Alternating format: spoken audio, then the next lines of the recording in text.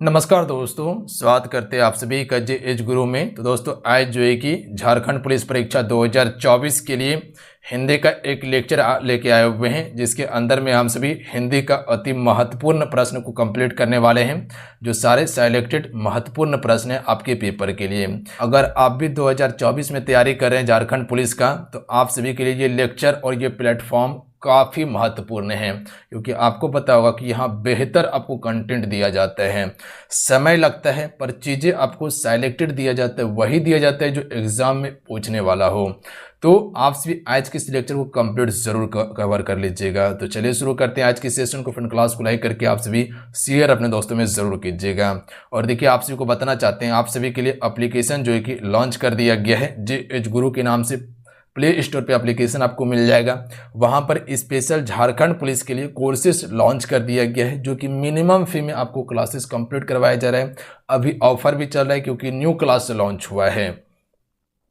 और इसके अलावा झारखंड पुलिस के लिए स्पेशल जो ई बुक लॉन्च किया गया था, चाहे वो आपका जीके जीएस का हो या हिंदी का हो या झारखंड स्पेशल हो, ये सभी का ई बुक हम डायरेक्ट जो है कि एप्लीकेशन पे अवेलेबल करवा दिए हैं। तो वहाँ से जाके आप सभी डाउनलोड कर सकते हैं और उसको पढ़ सकते हैं। और जो क्लास में शामिल हो जाइएगा तो उसमें आपको वो सारा ई बुक मिल जाएगा। तो आपको ई बुक फिर नहीं लेना है, ध्यान रखिएगा आप सभी। तो जाइए आप सभी एप्लीकेशन को डाउनलोड कीजिए।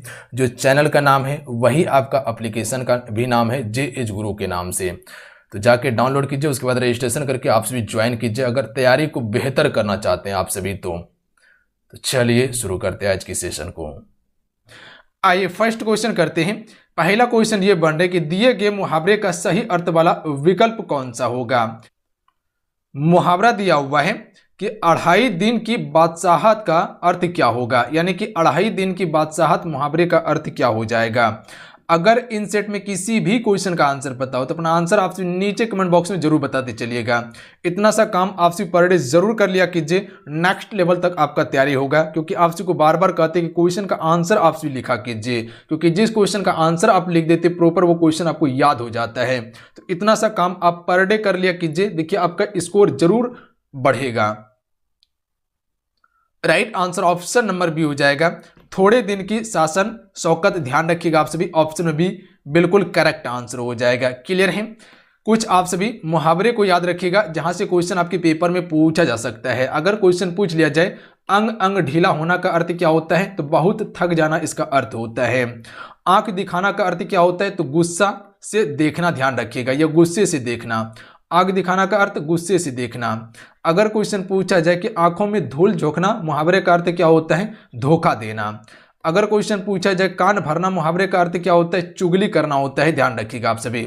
अगला नोट कीजिएगा, मुंह में पानी भर आना का अर्थ क्या होता है, तो दिल ललचाना, ध्यान रखिएगा। मुंह में पानी भर आना का अर्थ क्या होता है, दिल ललचाना।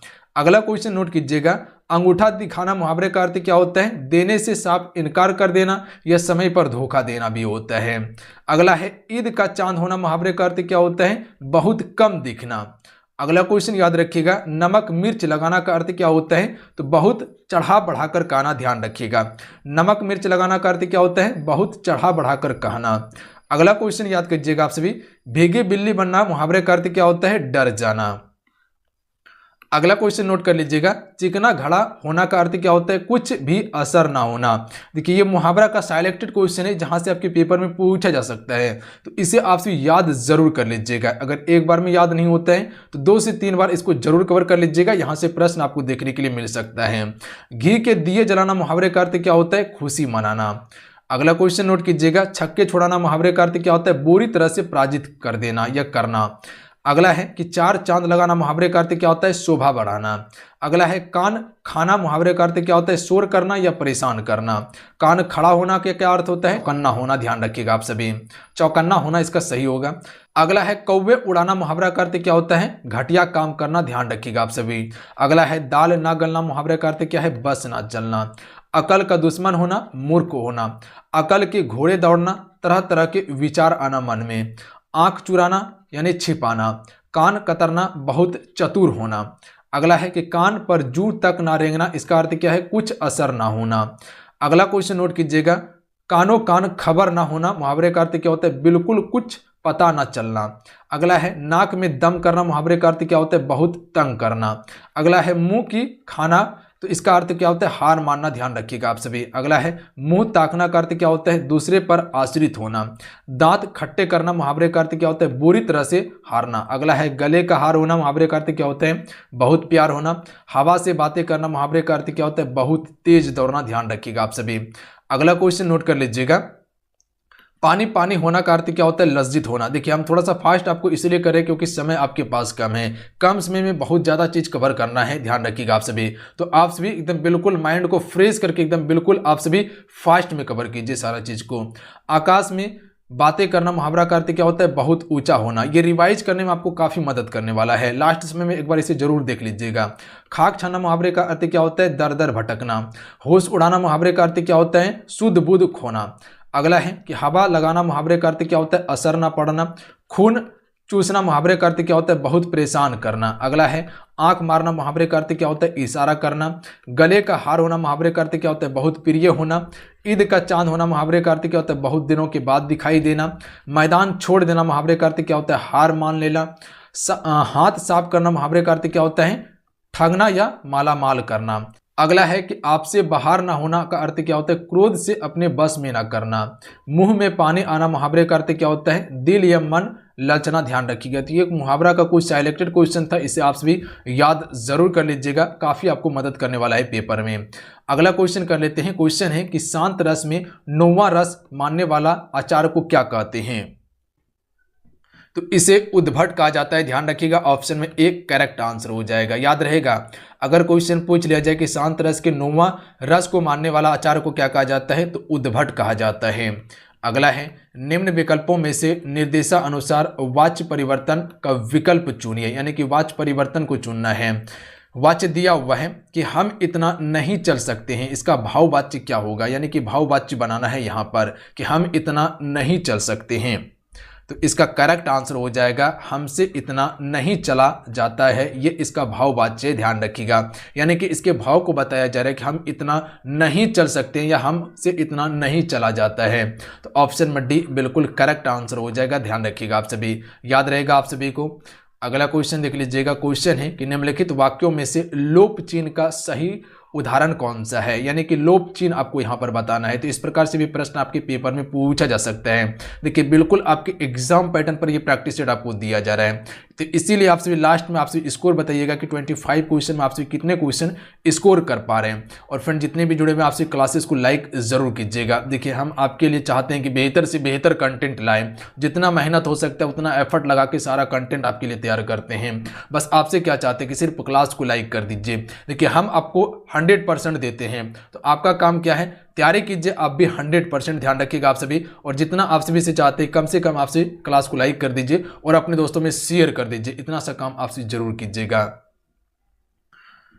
तो राइट आंसर ऑप्शन में हो जाएगा भारत की राजधानी डैश है। तो यही जो है कि आपका क्या है? लोप चिन्ह है। तो भारत की राजधानी कहाँ पे है? दिल्ली में है, ध्यान रखिएगा आप सभी। तो लोप चिन्ह की अगर बात किया जाए तो इसका करेक्ट आंसर ऑप्शन नंबर भी हो जाएगा। तो यही आपका क्या है? लोप चिन्ह है। तो ऑप्शन में ए बिल्कुल करेक्ट आंसर होगा, याद रहेगा आप सभी को। अगला क्वेश्चन है कि निम्नलिखित विकल्पों में से बहुब्रीहि समास के शुद्ध विग्रह की पहचान कीजिए।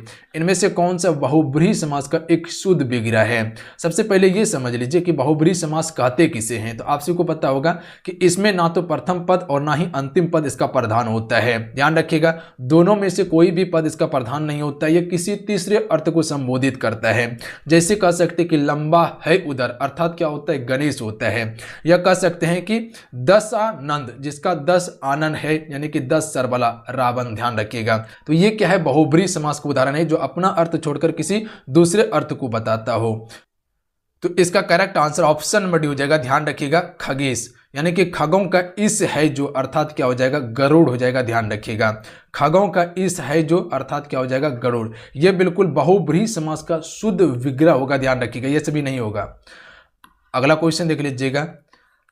लंबोदर में क्या होता है, उसका विग्रह करने के बाद लंबा है उदर जिसका, अर्थात क्या होता है, गणेश होता है। अगला है दोहा मात्रिक छंद है, इसके विषम तथा सम चरण में क्रमशः डैश मात्रा होती है। आपको एक लेक्चर जो है कि छंद का देने वाले हैं, जो कि टॉपिक वाइज ही रहने वाला है, जिसमें आपको छंद गिनती करने के लिए बताएंगे कि छंद को आप सभी कैसे गिनती कर सकते हैं, कि किसमें कितना चरण होता है।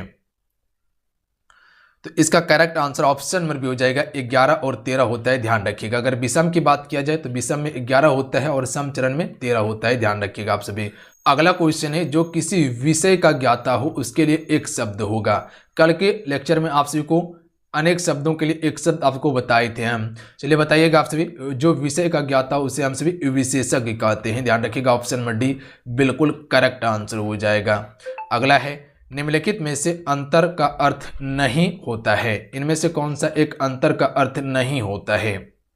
देखिए, दूरी होता है, बिल्कुल होता है। शेष होता है, बिल्कुल होता है। हृदय भी अंतर का अर्थ होता है, जबकि आकाश अंतर का अर्थ नहीं होता है। तो ऑप्शन नंबर बी बिल्कुल करेक्ट आंसर होगा। क्लियर है? अगला क्वेश्चन देख लीजिएगा, जो पहले कभी ना हुआ हो उसे हम सभी क्या कहते हैं? जो पहले कभी ना हुआ हो उसे अभूतपूर्व कहा जाता है। क्या कहा जाता है? अभूतपूर्व कहा जाता है। अगला है, दिए गए वाक्यांश के लिए एक शब्द दीजिए। वाक्यांश दिया हुआ है कि विज्ञान से संबंध रखने वाला को क्या कहते हैं? जो विज्ञान से संबंध रखता है उसे हम सभी क्या कहते हैं? वैज्ञानिक कहते हैं। देखिए, ये सीरीज आप सभी अगर कवर कर लेते हैं तो कहीं ना कहीं आपको स्कोर करने में समझ लीजिए काफ़ी आपको हेल्प करने वाला है। ध्यान रखिएगा आप सभी, बिल्कुल आपके एग्जाम पैटर्न पर तैयार किया गया है। जिस प्रकार से क्वेश्चन पूछा जाता है वही क्वेश्चन आपको दिया जा रहा है। एक्सपेक्टेड क्वेश्चन कवर कर रहे हैं, जहां से पेपर में प्रश्न पूछा जा सकते हैं। तो ये सीरीज आप सभी पर डे जरूर कवर कर लीजिए लास्ट तक, जब तक आपका एग्जाम नहीं हो जाता है। देख लीजिए, आपका स्कोर जरूर इंप्रूव होगा, ध्यान रखिएगा आप सभी। अगला है, दिए गए वाक्य का वह भाग ज्ञात करें जिसमें कोई त्रुटि है, यानी कि इसमें त्रुटि वाला भाग आपको बताना है। क्वेश्चन दिया हुआ था, वाक्य है कि सूरज कुंड से प्रति वर्ष बड़ा मेला लगता है, इसमें कौन सा भाग त्रुटि है? तो right answer option number B हो जाएगा। ध्यान रखिएगा आप सभी, सूरज कुंड से नहीं होगा, यहाँ पर सूरज कुंड में होगा, ध्यान रखिएगा आप सभी। तो यहाँ पर इसको काट के हटा सकते हैं कि सूरज कुंड में प्रति वर्ष बड़ा मेला लगता है। तो ध्यान रखिएगा, यही गलत है आपका, से नहीं होगा। अगला है, रिक्त स्थान को भरने के लिए उपयुक्त शब्द का चयन कीजिए, यानी कि वह खाना डैश चुका है। तो कह सकते हैं, क्या कह सकते हैं कि वह खाना जो है वो खा चुका है। ध्यान रखिएगा आप सभी, वो खाना क्या कर चुका है? खा चुका है। तो यहाँ पर खा चुका है बिल्कुल करेक्ट आंसर हो जाएगा, बी नंबर। अगला क्वेश्चन देख लीजिएगा, जो कहा ना जा सके उसे क्या कहते हैं? तो जो कहा ना जा सके उसे हम सभी अकथनीय कहते हैं, ध्यान रखिएगा, याद रहेगा आप सभी को। जो कहा ना जा सके उसे अकथनीय कहा जाता है। अगला है, जो समय की सृष्टि के अनुकूल हो तो उसे हम सभी समयानुकूल कहते हैं। जो समय की सृष्टि के अनुकूल हो उसे हम सभी क्या कहते हैं? समयानुकूल कहते हैं, यानी कि option number B D correct answer हो जाएगा, ध्यान रखिएगा आप सभी। अगला क्वेश्चन देख लीजिएगा, क्वेश्चन नंबर 15 है, जो सब कुछ जानता हो। तो जो सब कुछ जानता हो उसको हम सभी सर्वज्ञ कहते हैं, ध्यान रखिएगा आप सभी। क्या कहते हैं जी? सर्वज्ञ कहते हैं जो सब कुछ जानता है। अगला है, निम्नलिखित में से कौन सा वाक्य संबंध कारक का सही उदाहरण है? इनमें संबंध कारक के बारे में बात किया गया है। तो संबंध कारक के बारे में आपको बताए थे ना कि कारक का कितना भेद है? 8 भेद है। चलिए बताइएगा आप सभी, इनमें से संबंध कारक का कौन सा उदाहरण है? तो इसका correct answer option number D हो जाएगा, ध्यान रखिएगा। संबंध कारक में आपको क्या बताया? इसका चिन्ह क्या होता है? का होता है, की होता है, बताए थे ना आप सभी को। तो ध्यान रखिएगा, यहाँ पर देख सकते हैं का दिया हुआ है, दिया है ना कि गंगा का पुत्र भीषण वान चलाने में बड़े बड़ों के कान काटते थे। ध्यान रखिएगा आप सभी। तो का के हो गया, का की के हो गया, ये सभी संबंध कारक का चिन्ह है, ध्यान रखिएगा आप सभी। तो option number D correct answer हो जाएगा, ध्यान रखिएगा आप सभी। अगला क्वेश्चन देख लीजिएगा, क्वेश्चन है कि मुझे बाजार से कुछ लाना है, वाक्य में से कौन सा सर्वनाम है? मुझे बाजार से कुछ लाना है, तो कुछ किसके लिए प्रयोग होता है पता है? सर्वनाम में आप सभी को सबका नाम को हम सभी क्या कहते हैं? सर्वनाम कहते हैं। तो कुछ होता है अनिश्चित चीज के लिए, ध्यान रखिएगा आप सभी, यानी कि यहाँ पर अनिश्चयवाचक सर्वनाम हो जाएगा। Option number D correct answer हो जाएगा, ध्यान रखिएगा आप सभी। Option number D correct answer हो जाएगा, अनिश्चयवाचक हो जाएगा। निजवाचक में क्या होता है, इसमें निजी वस्तु का बोध होता है। जैसे कि ये मेरे बारे में कह सकते हैं कि ये काम हम स्वयं कर सकते हैं, यानी कि ये निजी बात हो चुका है। संबंधवाचक में जहाँ पर संबंध की बात किया जाए। निश्चयवाचक में क्या होता है, जहाँ पर निश्चित वस्तु या व्यक्ति का बोध हो वहाँ पर निश्चित होता है। अगला है जिसकी गर्दन सुंदर हो उसे क्या कहते हैं, तो जिसकी गर्दन सुंदर हो उसे हम सुग्रीव कहते हैं। ध्यान रखिएगा, डी करेक्ट आंसर होगा। अगला है लौकिक, इसका अर्थ क्या होगा, तो जो इस लोक की बात हो उसे हम सभी क्या कहते हैं, लौकिक कहते हैं। जो इस लोक की बात हो, ऑप्शन में डी करेक्ट आंसर होगा। अगला है पुरुष एवं स्त्री की जोड़ा को क्या कहते हैं, तो इस जोड़ा को हम सभी दंपत्ति कहते हैं। क्या कहते हैं जी, दंपत्ति कहते हैं। अगला क्वेश्चन है कार्य को नए ढंग से करने की पद्धति को क्या कहते हैं, तो जो कार्य को नए ढंग से करता है उसे नवीनीकरण कहा जाता है। क्या कहा जाता है, नवीनीकरण कहा जाता है। अगला क्वेश्चन देख लीजिएगा, निश्चित समय के भीतर पत्र का उत्तर न प्राप्त होने की दशा में अनुबोध के रूप में भेजा जाने वाला पत्र को क्या कहा जाता है, तो इसे अनुस्मारक कहा जाता है। ध्यान रखिएगा, ऑप्शन में डी करेक्ट आंसर हो जाएगा, अनुस्मारक कहा जाता है। अगला है वही रंग का विलोम शब्द है, तो देखिए वही रंग का क्या होता है, अंतर रंग होता है। ध्यान रखिएगा, ऑप्शन में एक करेक्ट आंसर हो जाएगा, अंतर रंग होता है वही रंग का। अगला है अनागत का विलोम क्या हो जाएगा, तो अनागत का हो जाएगा आगत। ध्यान रखिएगा आप सभी, आगत हो जाएगा अनागत का। अगला है मुझे बाजार से कुछ लाना है, वाक्य में कौन सा सर्वनाम है, तो क्या बताएं, मुझे बाजार से कुछ लाना है, तो यहाँ पर कुछ की बात किया गया है तो अनिश्चित वाचक सर्वनाम हो जाएगा। शायद मेरे ख्याल से ये क्वेश्चन रिपीटेड है आपका।